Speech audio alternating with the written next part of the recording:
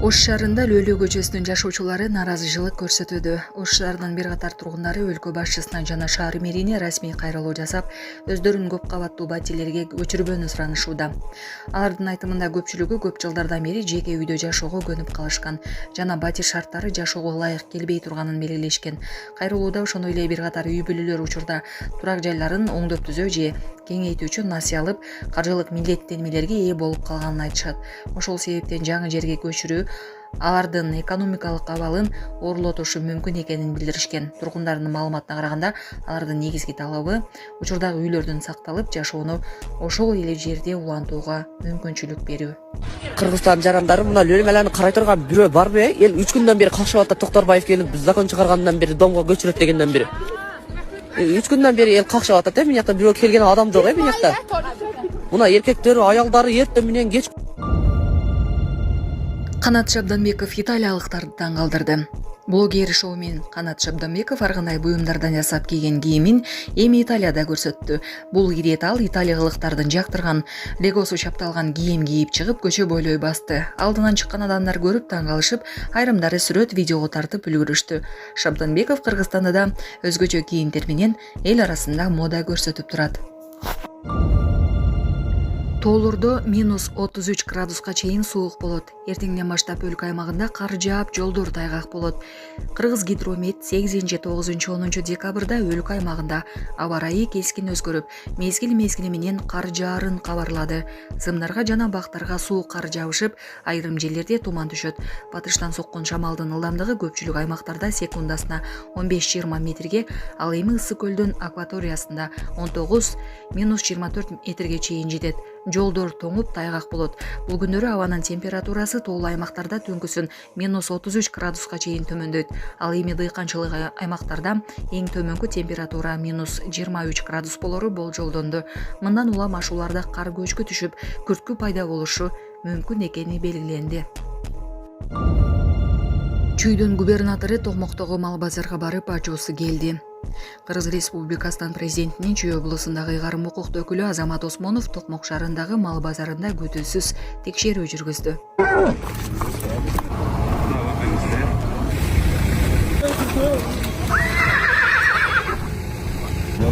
Биз айтпадык, шагыл төгүп койгула деп. Жакта кирген невозможно. Жок, шагыл кандай шагыл төгүп? Жалда өтүп менен кире албайсың да. Балдарга силер мындай условия түзүп бергиле деп. Регистрация боласың. Регистрация боласың. Ал участный ветеринарын көрдүм, жөнүнө. Справканы урут этип, малды караган. Бул иштеген эмес окшойт, кассовый аппаратта, да? Кана. Көрсөтпөсүңөр. 12-ге чейин чыгарып койгонбуз. 12-де кассаны жаап, кайра 12-ден 3 мүнөт 5 мүнөт чыгабыз. Бир отуруп, сиз дипломдорду ойлоп бересиз. Жалпы мындай эле зооруктап турбай өзү. Больше не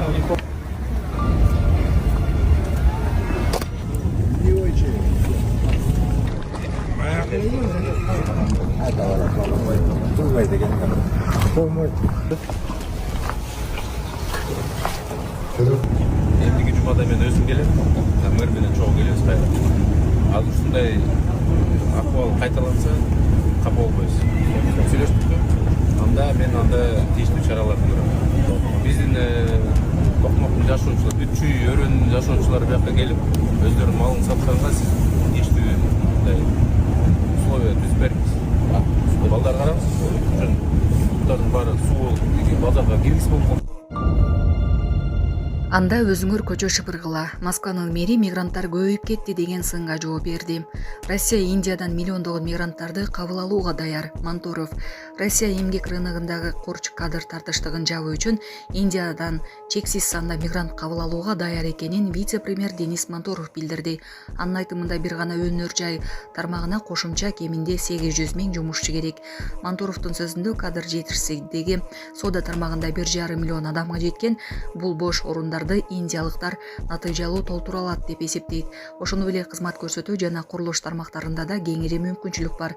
Индиянын Санкт-Петербургдагы башкы консул ошондо быйыл Россияга индиялык жумушчулардын агымы кескин өскөнүн, план боюнча 400 000 мигрант тартылары көтүлүп жатканын айткан. Сбербанк башчысы Герман Греф да Россияда жакынкы жылдары кадрлар тартыштыгы 2,18–5 миллион адамга жетерин, мигранттарсыз бул көйгөйдү чечүү мүмкүн эместигин белгилеген. Жетөгүздө унасын чимирилте айдап ээн баштык жасаган айдоочулар аныкталды. Жетөгүз районунда унасын чимирилте айдап ээн баштык жасаган бир катар айдоочулар кармалып, уналары айып короого токтотулду. Бул тууралуу жол кыймылынын коопсуздугун камсыздоо башкармалыгынан кабарлашты. Маалыматка караганда БМВ үлгүсүндөгү уналардын жол эрежесин одоно бузуп, ээн баштык кылганы видеого тартылган. Текшерүү маалында айдоочулардын бири мас абалында экени аныкталды. Бул факты боюнча тиешелүү беренелердин негизинде бир нече административдик протоколдор түзүлдү. Ассаламу алейкум, урматтуу кыргыз элим. Мен сиздерге бүгүн отчет берейин деп чыктым. Сиздерден чогулган акча 450 000 болду. Биз мындан 3,5 жыл мурун Ош-Бишкек жолунда катуу жол кырсыгына кабылып, балам баса албай калган. Башында аппарат менен, азыркы учурда аппарат менен жашайт балам. Балам 4кө чыкты. 4кө чыкса да ушу баса албай жатат. Сиздерден сураныч, баламдын акыркы операциясына жардам кылып кетиңиздер. Дагы да кайрымдуулукка муктаж болуп турабыз биз. Операция Түркия мамлекетинде болгондуктан 45 000 улар каражаты керектөлүүдө. Бизде андай сумма жок болгондуктан сиздерден кайрымдуу кыргыз элине жардам сурап кайрылдык. Сиздерден суранарым, баламдын басып кетишине себепкер болуңуздар. Аллах таалам баарыңыздардан ыраазы болсун. Баланын бир жери ооруса, эненин жүрөгү ооруйт экен. Сиздерден суранарым, ушу балам дагы көптүн катарында басып ойноп кетүүсүн каалайм. Мен дагы кайрымдуу кылып коюңуздар, кайрымдуулукту сиздерден сураныч. Башка балдардай болуп ойноп күлүп жүрүүсүн каалаймын. Жол кырсыгынан улам ушу балам баса албай, ушу смесь ичет балам. Сүт ичип ушул менен жүрөт. Реквизит номерлер бардыгы өзүмө караштуу. Мбанк 0300 Кутманбек С деп чыгат, өзүмдүн бир тууган энем. Кайрымдуулук кылып коюңуздар, сиздерден сураныч. Россия өлкөсүнөн котором дегендерге 7807 Кундузай деп чыгат, алда өзүмдүн сиңдим. Кайрымдуу кылып кетиңиздер, сиздерден сурач, баарыңыздардан Аллах таалам ыраазы болсун.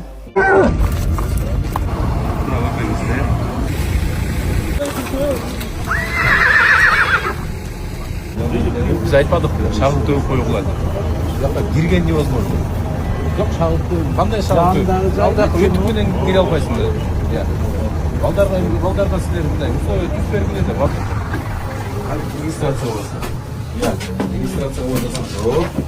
Ал частный ветеринарын көрдүм, жөнүнө. Справканы урап атат, мал караан.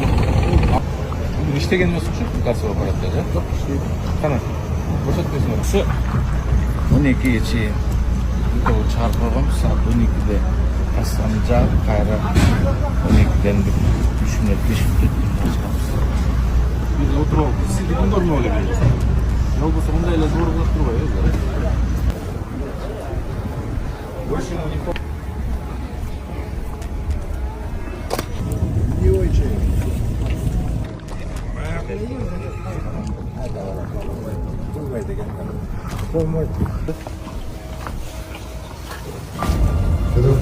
Эндиги жумада мен өзүм келем, мэр менен чогуу келебиз кайра. Азыр ушундай акыбал кайталанса, капа болбойбуз. Сүйлөштүкпү? Анда мен тийиштүү чараларды көрөм. Биздин токмоктун жашоочулары, Үчүй, Өрөнүн жашоочулары бияка келип, өздөрүнүн малын сатканга сиз тийиштүү мындай условия түзүп бериңиз. Балдар караңыз, жөн бары суу болуп, базарга киргиз болуп. 5 декабрдагы автоем баштап Кызыл Суу айылындагы айып корого кирди. Hey!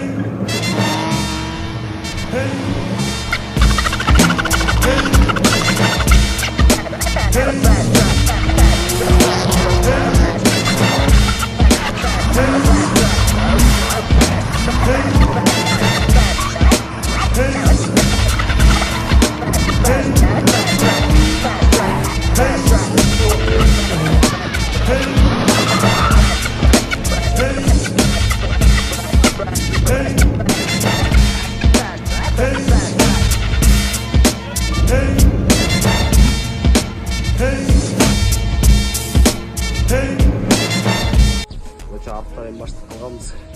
Biz aytib olmaymiz.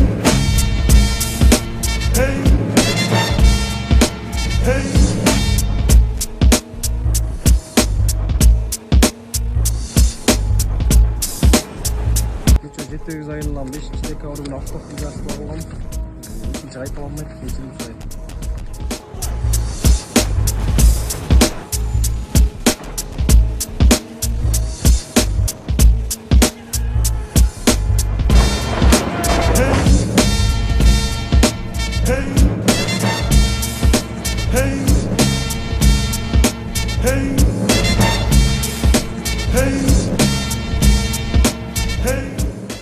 Kırgızstan jarandары мына лөлмелерni карай турган бирөө барбы? Эл 3 күндөн бери калшып атат. Токторбаев келип биз закон чыгаргандан бери домго көчүрөт дегенден бери.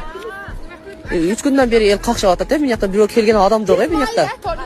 Мына эркектери, аялдары эртең менен кечкурун жума күндөрү чыгып туруп мындай наразычылык билдирип атат. Бирөө карайбы, келесиңерби мен жакта? Журналисттер кана Кыргызстанда ош журналисттер кана, буякта депутаттар кана, буякта сайлоого келгенде топтолуп калган депутаттар.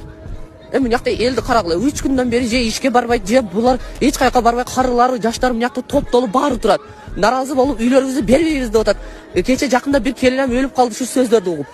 Мына өлмөлө эми баягындай билекте баягындай эски үйлөрдү тартып коюп туруп, мен жакта жаңы үйлөрүбүз бар, биздерди этаж саган үйлөрүбүз бар. Биз көчпөйбүз деп yaparız. Sizden söyleniş. Bizim mahallemizde tiyişmesin. Biz dömge oturamayız. Biz çarvalık adamız. Kreditimiz köp. En kamımızda 8'den bola bu. Bunu Kırgızca söylemegenimizde sizden söylenem. Can Aka bizi tinç koysun. Biz köçmeyiz, özümüzü cayımız. 50 yıldan beri şehirge otobüsümüz yaşap geldik. Kibar tirage yaşalmayız, biz çarvalık adamız. Ekte mal bakmasan gür olmayız. Hurmatli Sadir Japarov prezidentimiz, Tug'ilgan kuningizni qutlayman. Biz shu yerga qancha yildan beri yashab kelamiz. Shu aksiga bizga hech ham ziyoni tekkan yo'q. Biz kredit olib, kredit to'lab yuramiz. Mal qo'y boqamiz. Biz kvartiraga yasholmaymiz. Bizni mal boqmasak yurolmaymiz. Bolalarimiz ko'p, qarilarimiz bor. Do'mga chiqib tusholmaydi. Bir daqiqa bo'lsa kim javob beradi? Bizni uy joyimizni tinch qo'ying.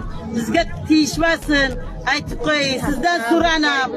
Biz kolxozda ishlaymiz, ulush yerlarimiz bor. Kerak bo'lsa ulush yerlarimizga shu do'm solaversin. Bizni uy joyimizni tinch qo'ysin. Sizdan so'rayman. Qonunni buzib, joyga chiqqanlar ariqni, nimani? Oqbirani arig'ini tozalatsin. Yo'lga chiqqanlarni kirgizsin, o'zi aytmoqchi, o'zini joyini o'zi olsin, lekin biz joyimizni bermaymiz. Biz joyimizga o'tiramiz. Bermaymiz.